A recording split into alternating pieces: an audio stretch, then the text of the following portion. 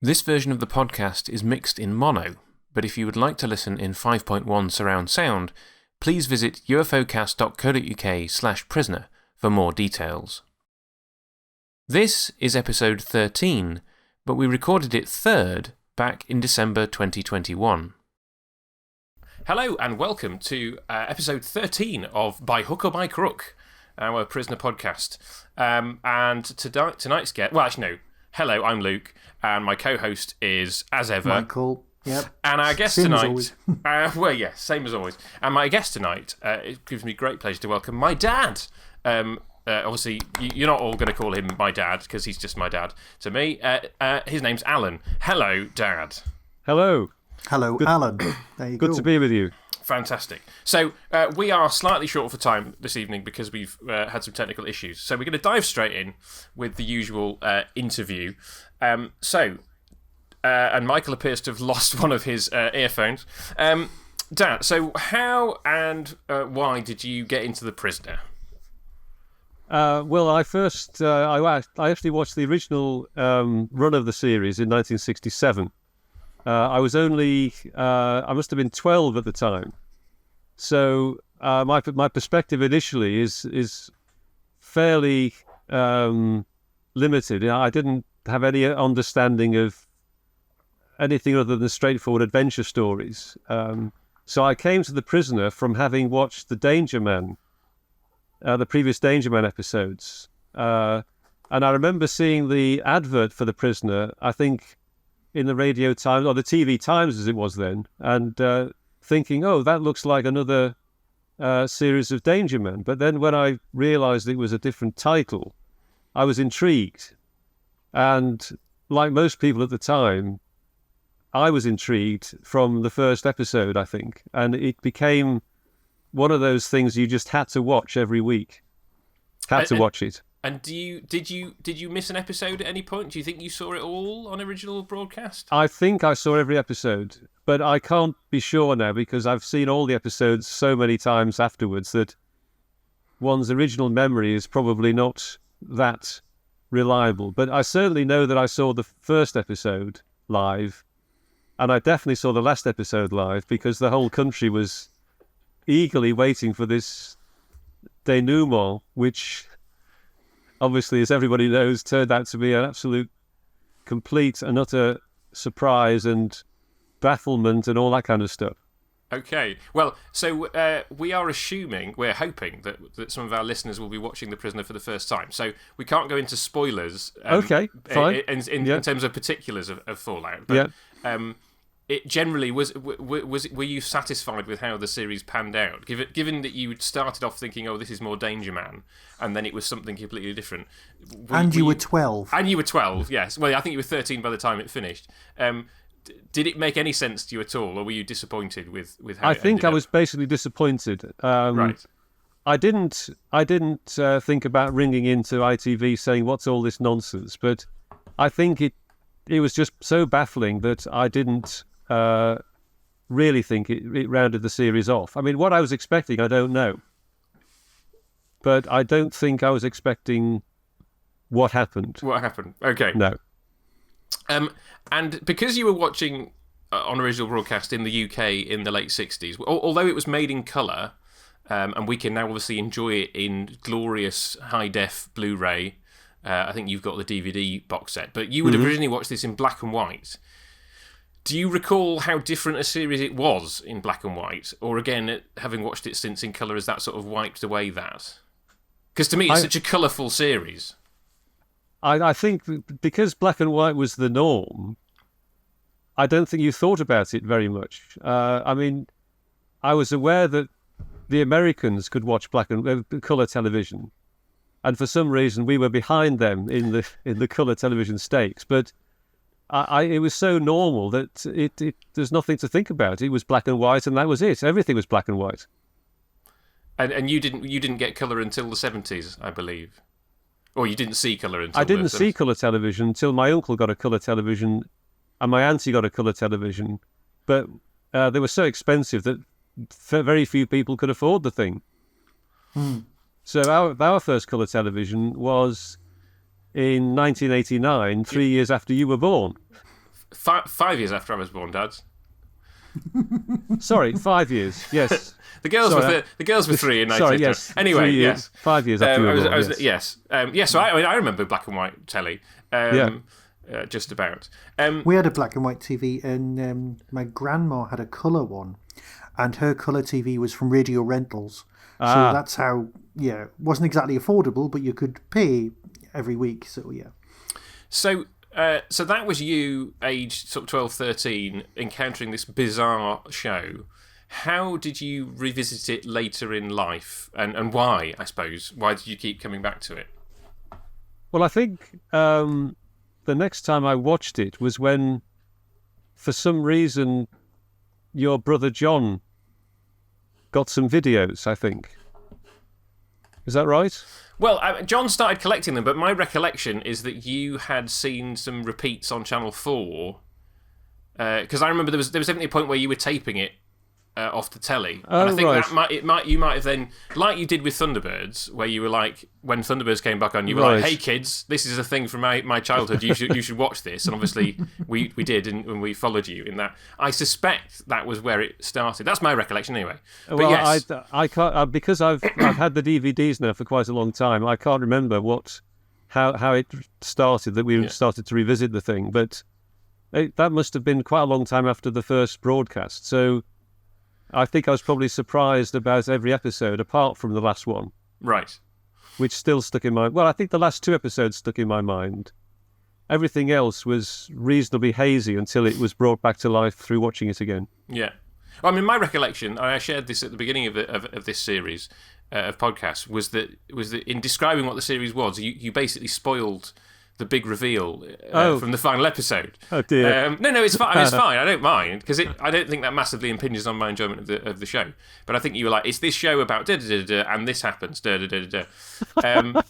And you're right. Obviously, so John started collecting the VHS, so did I, and so I guess that was your way of revisiting the show. What made you pick up the DVDs for yourself and continue watching it after we left home? Well, obviously the quality was then a lot better on DVD.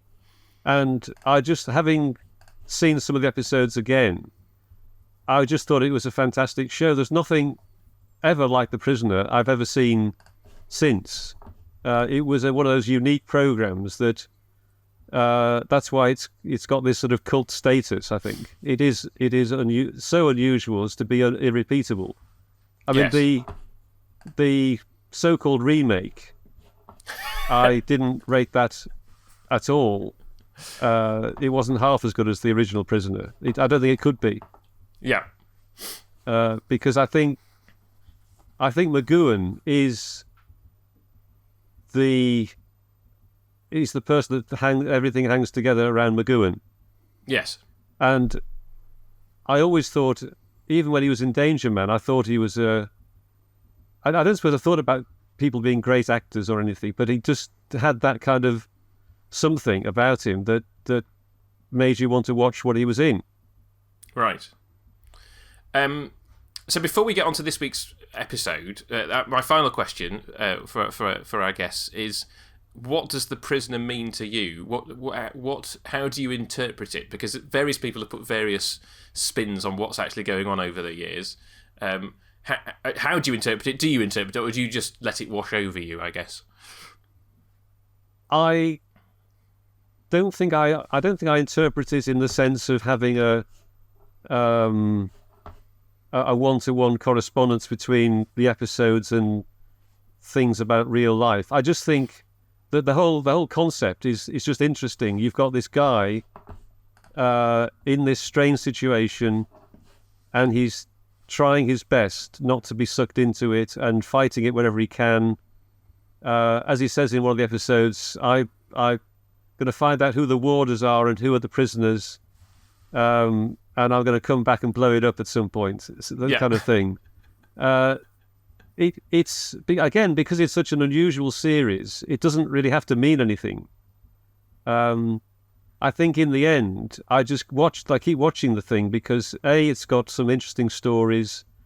The actors are classic people of their time.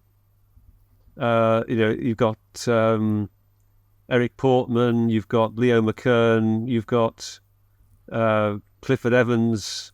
Do I mean Clifford Evans? Yes, I do. Yes. Yeah, all Yes. those people, they were all always on the telly, always in films. And they were just very good actors, along with McGowan. Cool. So interpretation for me isn't important. It's, I just like I like the dialogue. The dialogue is so clever in many cases. And of course, the other star of the series is Port Merion, which is again an intriguing place. Yeah. Nothing like it in the UK, obviously. So, although you've got McGowan being, a fantastic actor, the one episode that we're talking about tonight, he's hardly in it. Well, that's the interesting thing, isn't it? I know why he wasn't in it. I mean, because he wasn't available. So they had to find some way of creating an episode without him. Yeah. But he's still there in the sense that you hear his voice. And although obviously Nigel Stock is not Patrick McGowan, you've got another fantastic actor from the period being both the Colonel and being McGowan in the Colonel's body. So, yes. Very, very briefly at the end, Seltzman. Yes, very briefly at the end. So I guess that's the question. Why have you chosen? Because I consulted you and John quite early on in this process. So you had the whole field of episodes to choose from, and I think you narrowed it down to this one and Hammer into Anvil. So why? And Do Not Forsake Me, Oh My Darling is, as far as I can understand, largely despised by prisoner fandom. So why do you like it? Why did you want to talk about it? I didn't know it was despised by prisoner fandom when I chose it. So I chose it on what I thought was merit in terms of the plot and the acting. And the only flaw in the story, I think, is at the end where they could easily have got him back, having realised who he was.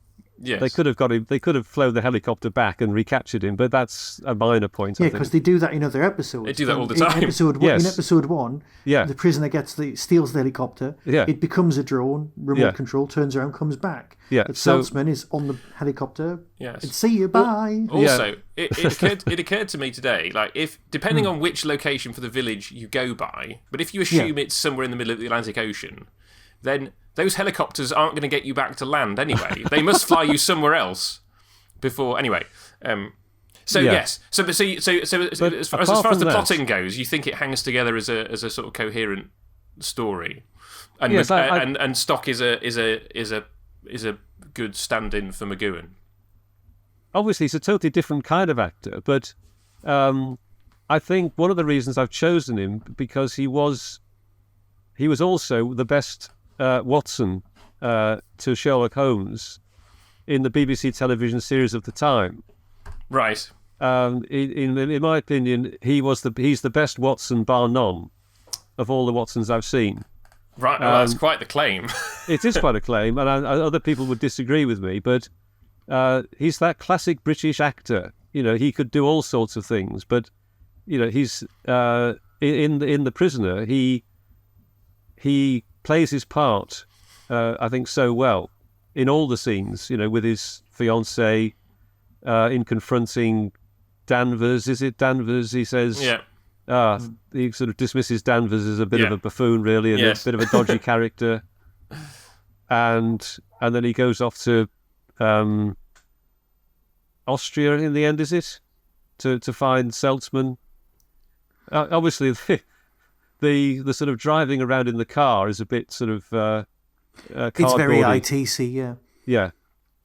But yes, the interaction with Clifford Evans as number 2, I think just the whole thing just hangs together very well for me.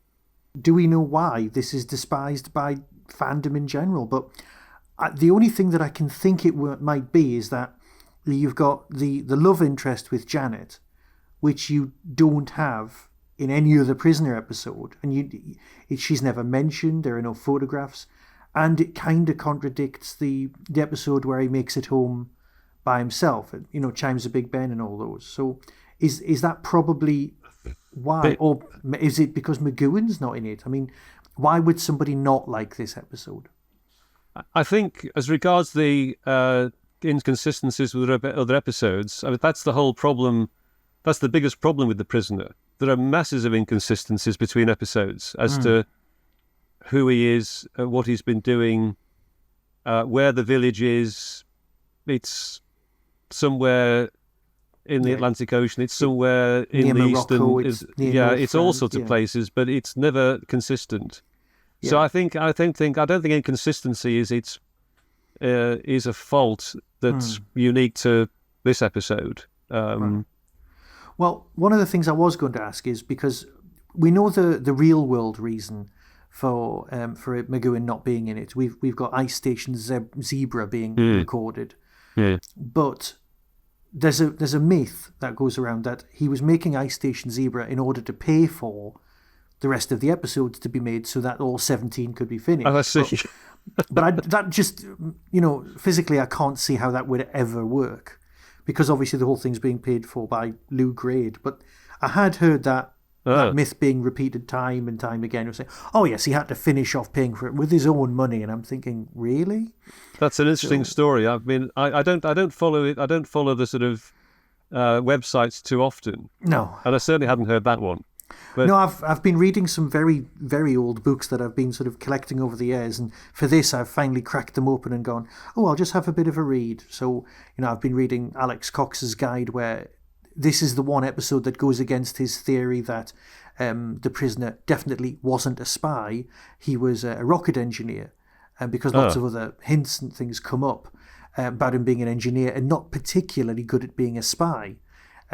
He's not very good at noticing some of the spy type things, as opposed to the character Danger Man, who would have been able to spot all those things. So trying to differentiate between the two.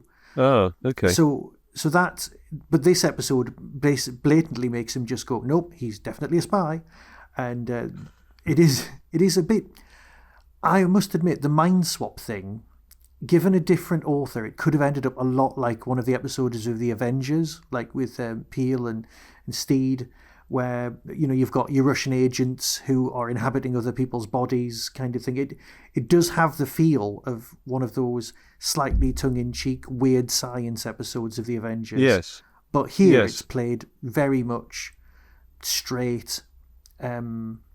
And it ticks all the boxes. It's got the guy in Whitehall who bears no resemblance or connection to any of the other people that we've seen who run, the prisoner, which again goes against the grain. So are different people in charge now, or is it just a different office? But for me, the only real difference is the Janet thing, because it goes against the whole McGowan not kissing thing. Yes. You don't get anywhere else. You just get that relationship, and then it's like, oh, here's Janet, and then she's in it for a while. She's like the pivotal point. She's the holder of the receipt that lets you get the photographs, that lets you solve the mystery, which is nice for like one episode. But she's also apparently his fiancée, which is never mentioned, and she's never used to try and get information out of the prisoner before. She's never used for anything that you would think the village would have used her for.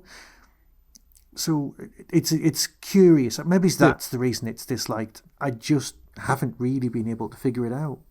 Well, it's just one more inconsistency, isn't it? Well, exactly. Yeah. I don't know who wrote the episode. I mean, did they write other episodes? It says in my notes Vincent Tilsley, but unfortunately for this sort of thing, I usually rely on Luke because he knows far more than me. Yeah, he's got a capacity to learn more facts and retain them, because I can read them and go, oh yeah, that's fine. Are you familiar at all with Big Finish, the people who make the audio dramas? No, not at all. Basically, in the last couple of years, there's been an audio version of The Prisoner written, created, and they've taken lots of episodes, and the ending is very, very different. Once it gets, you've got the whole narrative, it's all there. The guy they've got to do the Patrick McGoohan character, the actual prisoner, is got a superb voice. He's really close to McGoohan. But the main ending of that does rely on the Seltzman storyline in the way that the TV series clearly doesn't even go there. So it's like it's really absorbed into the narrative. So if ever you weren't happy with the way that The Prisoner ended, go away and listen to that instead, because it does make it a lot more cohesive, and it's a thing of beauty, to be honest, storyline wise. Right. So yeah, I've got lots of notes, but I don't really want to spoil them without him. I mean, there's kind of throwaway stuff in my notebook, stuff like, why is the amnesia room not called that on the door? Stuff like that, but that's pointless. I mean, obviously you've seen Ice Station Zebra. I can't even say, I cannot bring myself to say No, I've Zebra. never seen it. You haven't? Oh. I've seen snippets of it. I think I've seen the last few minutes of it when they're on the ice, but I've only read the book, and oh, right. I don't know whether the book and the film are is the film faithful to the book or not. You see, all I've done is seen the film, so yeah. I can't compare.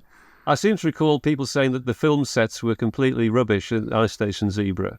It was made on a shoestring kind of thing, but no, fair enough. So even if it was made on a shoestring, there's no way the money could have been used to save the series in the first place. Well, yes, that's an interesting story. Yeah.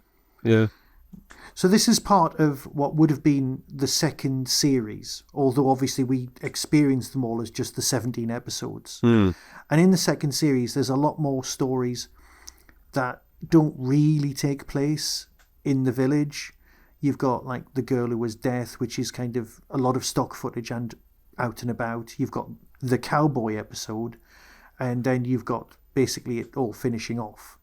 So I wonder if they were getting bored of using the village itself as a location. I see. That's or if interesting. The stories needed to be told like sort of wider. I've been thinking about that quite a lot, because you've got a lot of very insular stories, and then visually you've got a lot of stories set elsewhere. I hadn't noticed that about this particular episode. I mean, you mentioned The Girl Who Was Death. I mean, I understand that's quite a popular episode, but I think it's one of the weakest episodes of the whole thing, because it's almost nothing to do with the village at all. Really, I think that's...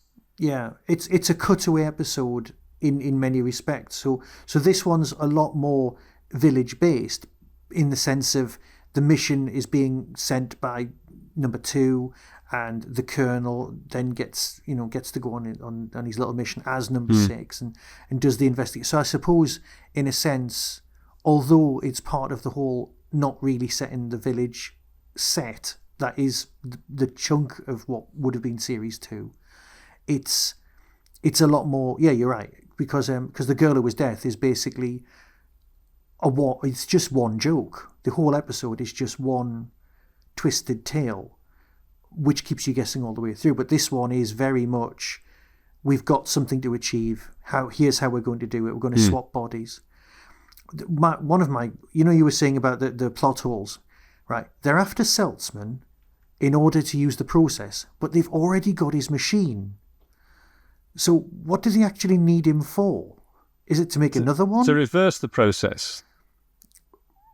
Right, that's quite dangerous for the colonel, though. It's like, yeah, we'll shove you in the body, we'll swap you over, and off you go. Oh, and by the way, you won't get your own body back unless you succeed. Unless somebody else succeeds. Because you never actually see that. You see the cutaway with the 2 beds and the lightning, and then it goes, and then there's the waking up scene. You don't really get to see it in action till...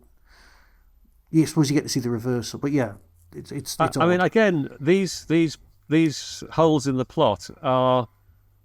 I think if you took too much notice of plot holes in programs, you would...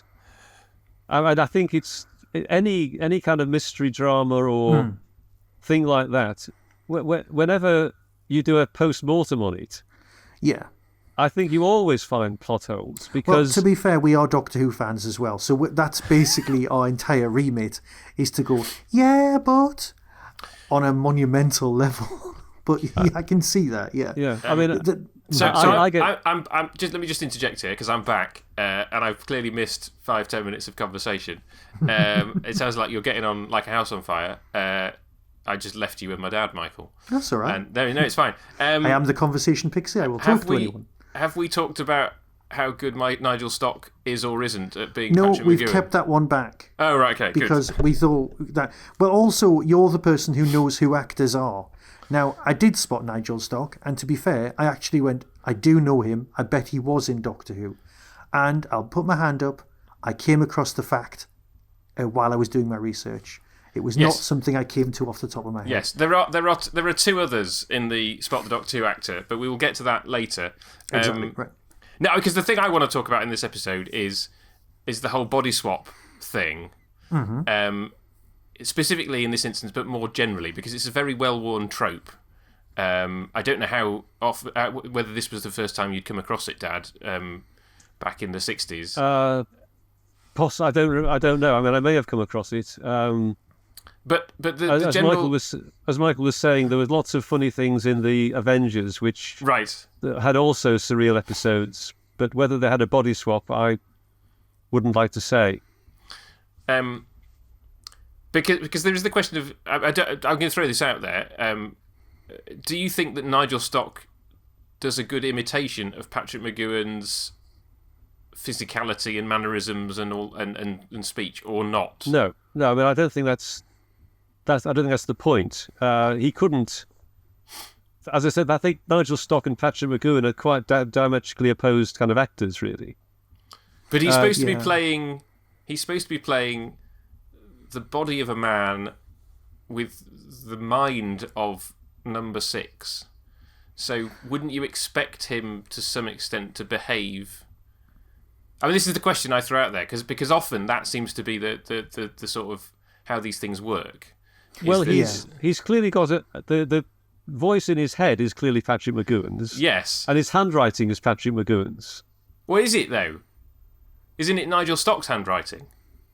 No, it's.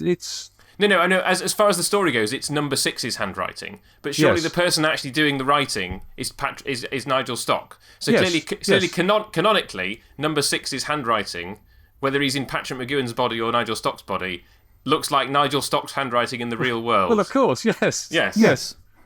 But then no one's going to think through that sort of series of logics to ask any question. I don't think. I think you just take. Except I do.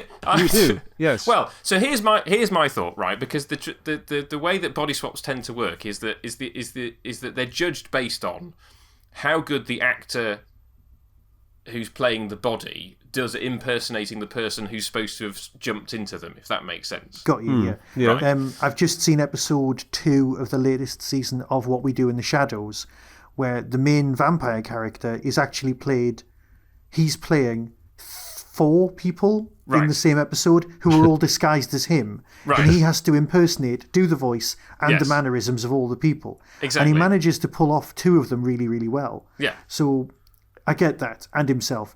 So I get, I get what you're saying. But my question actually is, if this were actually possible, that you could somehow separate somebody's mind from their brain and put that mind in somebody else's body, what would being in somebody else's brain and body do to you? For example, to give a kind of really extreme example, if your mind could be taken from your body and put into the body of somebody, say, with a degenerative brain condition, say Alzheimer's or something, would you experience Alzheimer's, or would you be just yourself in that body? And my thought is... You mean like a physical degeneration? Like yes, so there's something physically wrong with the person's brain. So if you put your healthy mind into that body, you would then be afflicted by that condition, for example. Or say you were put into a body... All right, so you're not talking about a brain swap where your brain would be in somebody else's body. But you're talking about consciousness. Well, this is what the episode specifically sets up, that it's the mind that's been transferred. They clearly haven't taken Patrick McGowan's brain out of it, because it's all kind of Yeah, lightning 'cause and that's whizzy Star stuff. Trek territory. They haven't physically operated on him and gone, right, here's a brain, we've put it into the other. But they've transferred his mind, or let's say his consciousness. So Is it a lot closer to what's the film? Get Out? The incredibly dark, brilliant horror film. I haven't seen it, but I know the concept of you're swapping people's minds into other bodies. Yeah. But so one of the obvious pieces of physicality for me is when he's trying to count the letters to work out which slides he needs. Yes. And he counts the numbers on his fingers, right? Yes. And to me, that doesn't feel like something that Patrick McGoohan would do at all. No. But it does feel like something very Nigel Stocky, for example. Yeah. So my thought is that the way that the story works is that you're basically saying if you put somebody's mind into somebody else's body, then actually there's an interplay between those two things. And although he's playing the same character, he is affected by the fact that he's in a different body, and that he then picks up the mannerisms of that body, for example. Or am I just overthinking it? No. See, I'm approaching it more from a real world point of view, where you've got Stock, who's an actor, and McGoohan, who's a movie star. And there's that whole, my favourite year where he goes, "I'm not an actor, I'm a movie star," where he's got two different modes of acting. You've got really fast and intense McGoohan, like caged animal, and then you've got kind of whispery version. And then you've got Stocks, who's like can act right across the board. I mean, he was Watson to Peter Cushing's Holmes, and that's you're going to have to know your stuff if you're standing next to Peter Cushing. Oh, you see, he's also Watson to Douglas Wilmer's Sherlock Holmes. Right. So I've not seen either of those. Well, you see, I want to. Again, in my humble opinion, Douglas Wilmer is the best Holmes ever. Right. My dad bangs this drum very frequently, Michael. I do bang this drum very frequently, and it's a drum I'm truly willing to listen to. Even revisiting that series in very poor black and white quality, Wilmer, I still think, cuts the mustard as Holmes, and the fact that he didn't carry on and they replaced him with Peter Cushing, I think is a matter of great regret for me, because I don't think Cushing was half as good as Wilmer in the TV series. But that's my. We're actually talking better than Jeremy Brett here. I think if Wilmer had better, if they could film better episodes, rather than grainy black and white. Yeah, I think Wilmer would even stand up to Jeremy Brett. Although I admit he is very good Holmes as well. No, I'm just interested in what sort of scale we're looking at here. Yeah. And you're listening to the new Sherlock Holmes podcast. Yes, we have massively digressed. Of course, yeah. And obviously, I missed some of your conversation while I was away. You did, but I was asking your dad if he'd even ever come across Big Finish, because I was saying that the Saltzman process bears a huge influence on the very end of the Prisoner series. Yes. And it's really milked quite extensively. And we need to listen to that at some point. I'm sure you will. Sure you will. Well, I just wanted to ask you if you've seen Ice Station Zebra. No, I haven't. There you go then. No, so I know that's why he wasn't there. And they had to be like, I mean, it's also slightly crazy to me. I mean, obviously, one assumes it's quite a small part, but it's crazy to me that like he could go off to play a part in a movie, in the space of time it took to shoot a TV episode, which was maybe like 2 or 3 weeks. Well, one thing which I should have said at the very beginning about why the series is so good. How could I forget the music? Yes. The music is, I think, the Prisoner theme tune is the best television theme tune anyone's ever written, perhaps apart from the Doctor Who theme. But it comes written by the same person. Exactly, but I think it's a perfect theme tune, and it has a perfect tight opening sequence to go with it.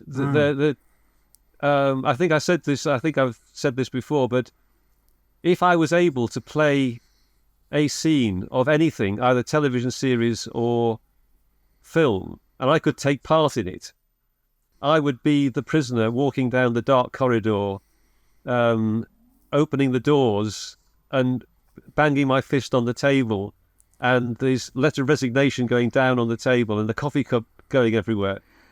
It's just classic. I have to tell you this story before we move on.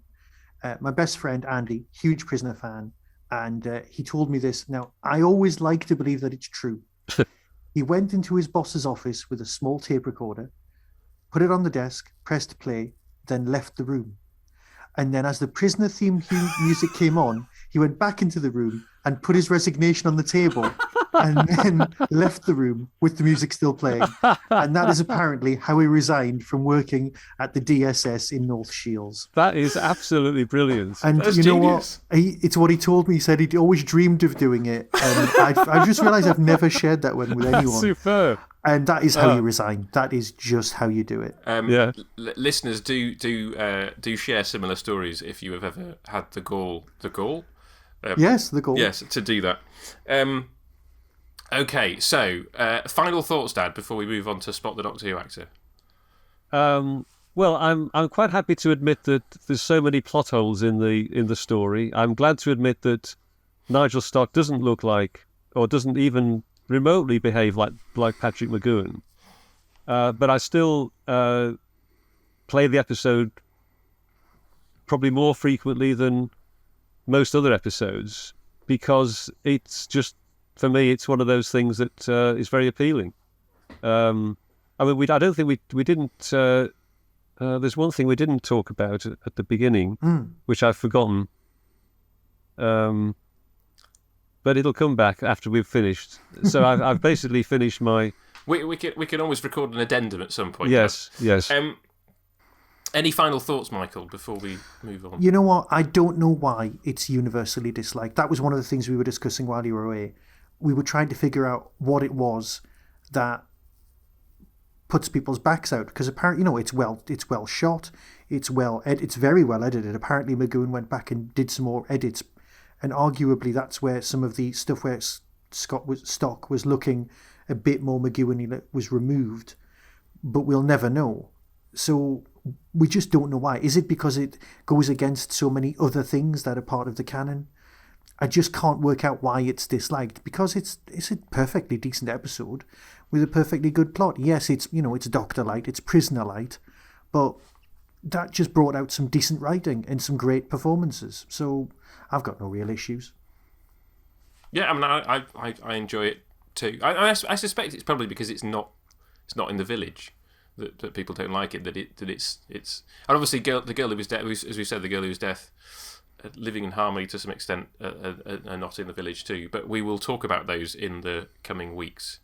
Indeed. As far as you are concerned, podcast listeners. Have we revealed to the listeners that we're doing this immediately after arrival? No, not at all. Yes, for those who are kind of following along, we recorded Arrival and now we've recorded this, which is very odd to be like not have done any of the intervening episodes. This is going to be all over the shop as far as we're concerned. You listeners will be listening to this in the Blu-ray order. Before we go, we will do Spot the Doctor Who actor, as we do every week, and we will start with Dad. Who did you spot? There are three to get. Okay. And I suspect one of them you won't get it because it's a tiny part and it's a missing story. But the other one you should get. Are we talking about classic Doctor Who? We're talking about classic Doctor Who, obviously, because I suppose it's conceivable that somebody could have been in The Prisoner and then be in modern Doctor Who 50 years later. But was John Wentworth in Doctor Who? No. No, okay. Because he was in lots of things at the time. He was a sort of archetypal, older, upper-class person, except when he played a Native American chief in Last of the Mohicans, which was very strange. Anyway, we're off the point again. Was Nigel Stock himself in Doctor Who? Yes, Nigel Stock. What was he? He was in a Peter Davison story called Time Flight, which is also universally loathed by Doctor Who fandom. Oh, right. And generally rightly so. I mean, he's probably the best thing in it. Actually, no, that's not true. There's lots of good actors in it. Just the plot and the direction are all a bit bobbins. I think you'll find it's the design. That's What? my main issue with Tony the design is a mess. Yes. So Nigel Stock, because he died in the 80s, I believe. So it was probably one of his last. Yes, he roles. He wasn't long after he was Mr. Pickwick in Pickwick Papers. Yeah. He died of a heart attack, I think, didn't he, poor chap? Yeah. So Nigel Stock is one. The other two are much smaller parts. What, smaller parts in the episode? Yes. Okay, so, They both had much bigger roles in Doctor Who, but you will probably not have seen one of them. Well, remember that I didn't really watch Doctor Who after John Pertwee because I was. Yeah, well, they're both Patrick Troughton era. He had a life. Yeah. They're both Patrick Troughton. They're both Patrick Troughton. Okay. So contemporary with this prisoner episode, they were both in Doctor Who. No, you've got me. I haven't got it. I'm trying to think of other characters. So the only other characters I can think of are Janet. Was she in it? No. Xena, no. The people talking to his boss in the office. No. I think I'm going to have to reveal it to you now. I think. Yeah, tell us. Yeah. So we're going to go with the one that you probably wouldn't have got, Dad, first. Gertan Klauber, who plays the cafe waiter who tells him where to find Seltzman in the Austrian village. I certainly wouldn't have got that, no. He played Ola in the Macra Terror, which interestingly has some parallels with The Prisoner, because it's about a colony that has been infiltrated and taken over, but the whole happy, everybody's happy kind of vibe is very much there. And that was the same year as The Prisoner. That was 1967. I don't remember the Macra Terror. Sorry. No. It's missing. It has been There's reanimated. No such thing as the Macra. There's no. Yes, it has been reanimated in recent years. But you should have got James Bree, Dad. Oh, of course. But he doesn't always look like James Bree in this episode. Is he one of the people that works for? When he confronts Danvers, is he the one that comes in and takes him off to the boss? He's the one that takes him up in the Paternoster lift. Oh, yes. Okay, James Bree, of course. Yes. How could I forget? But he's playing a very different part to. He's playing a very different part. The War Games. Yes. And he's playing with a normal voice rather than his very weird performance in the War Games. Yes, and also later Nefred in Full Circle with Tom Baker. But is he one of the three rule? He's one of the deciders in Full Circle. Right. Yeah. So yes, but I didn't recognise him for years, and then I was looking at the cast list and was like, oh yeah, and then you watch it, you're like, oh yeah, very different performance, and obviously without the glasses, and also in colour, so yes. You're not immediately recognisable. Anyway, yes, I think we need to wrap up. So Michael has the traditional sign off. So we will say goodbye. I'll say goodbye to you, Dad. Be seeing you. Be seeing you.